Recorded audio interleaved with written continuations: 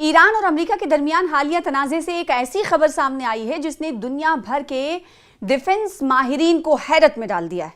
इत्तलात के मुताबिक एक अमेरिकी F-15E स्ट्राइक ईगल जंगी तैयारा मुमकिना तौर पर ईरान के एक ऐसे जदीद ड्रोन सिस्टम का शिकार हुआ जिसे माहिरीन जेलीफिश ड्रोन स्वार्म का नाम दे रहे हैं।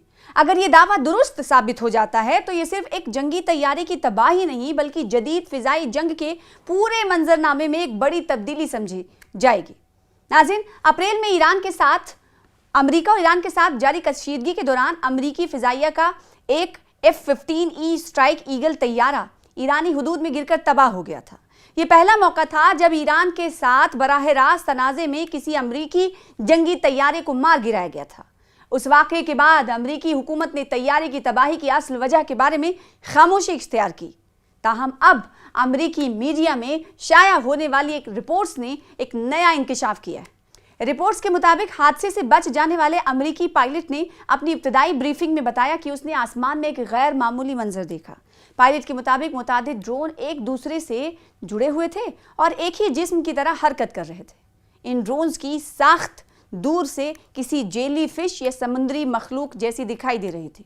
ज़राए के मुताबिक एक बड़ा ड्रोन ऊपर मौजूद था जबकि उसके नीचे कई छोटे ड्रोन ऐसे लटक रहे थे जैसे जेली फिश की टांगे हों। यही वजह है कि अमेरिकी इंटेलिजेंस हलकों में इसे जेली फिश ड्रोन स्वार्म कहा जा रहा है। पायलट ने अपनी ब्रीफिंग में दावा किया है कि जब वो तैयारे से इजेक्ट कर रहा था तो उसे आसमान में ड्रोन्स का एक पूरा जाल दिखाई दिया जो एक फिजाई बारूदी सुरंग के मैदान जैसा महसूस हो रहा था। ताहम अमेरिकी इंटेलिजेंस हुक्काम इस बयान का मोहतात अंदाज में जायजा ले रहे हैं क्योंकि हादसे के वक्त पायलट शदीद जख्मी था और उसके सिर पर चोट भी लगी थी। अब सवाल ये कि आखिर ये जेली फिश ड्रोन स्वार्म होता क्या है, इसके बारे में जान लेते हैं। दिफाई माहिरीन के मुताबिक ये दरअसल एक जदीद ड्रोन नेटवर्क है जिसमें एक बड़ा मदरशिप ड्रोन मरकजी कमांड प्लेटफॉर्म के तौर पर काम करता है जबकि मुतादिद छोटे ड्रोन उसके साथ जुड़े रहते हैं। ये तमाम ड्रोन मेश नेटवर्किंग नामी टेक्नोलॉजी के जरिए आपस में राबते में रहते हैं। मैश नेटवर्किंग, जी हाँ, आपस में राबते में रहते हैं।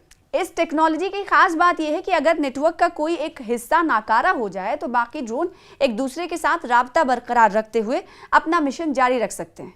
माहिरीन के मुताबिक ये ड्रोन सिस्टम दुश्मन की जंगी तैयारियों की निगरानी, उनका ताक़ुब यानी पीछा और ज़रूरत पड़ने पर हमला करने की सलाहियत रखता है।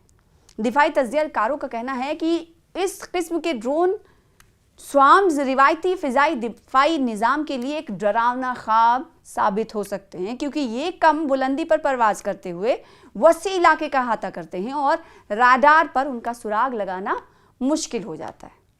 मज़ीद हैरानकुन बात यह है कि अगर किसी हमले के दौरान चंद ड्रोन तबाह भी हो जाएं तो बाकी ड्रोन अपनी तश्कील बरकरार रखते हुए कार्रवाई जारी रख सकते हैं। अमरीकी और मगरबी माहिरीन का ख्याल है कि इस नौइयत की टेक्नोलॉजी अब तक सिर्फ चीन और रूस जैसे ममालिक के पास मौजूद समझी जाती है, लेकिन अगर ईरान वाकई इस सलाहियत तक पहुंच चुका है तो ये मशरिक़ वस्ता में यानी मिडिल ईस्ट में ताकत के तवाज़ुन को तब्दील कर सकता है। दिफाई माहिर ब्रेट का कहना है कि ईरान बरसों से ऐसी जंगी टेक्नोलॉजीज तैयार कर रहा है जो अमेरिका की रिवायती फौजी बर्तरी का तोड़ साबित हो सके। दूसरी जानिब दिफाई माहिर ईमा बेट्स के मुताबिक ऐसे ड्रोन स्वार्म्स का मुकाबला करने के लिए अरबों डॉलर के नए दिफाई निज़ाम दरकार होंगे।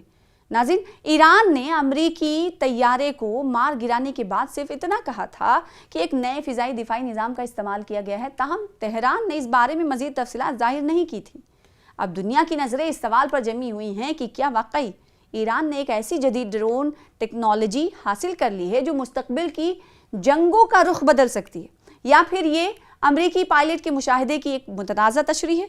जवाब जो भी हो, एक बात वाज़ेह है कि जदीद जंगें तेज़ी से ड्रोन्स, मसनूई जहानत और खुदकार हथियारों की तरफ बढ़ रही और आने वाले बरसों में मैदान जंग पहले से कहीं ज़्यादा पेचीदा और ख़तरनाक हो सकता है। फ़िलहाल इस खबर में इतना ही। दीजिए मुझे इजाज़त और आलम इस्लाम की तमाम खबरों के लिए देखते रहिए न्यूज़ 18 उर्दू।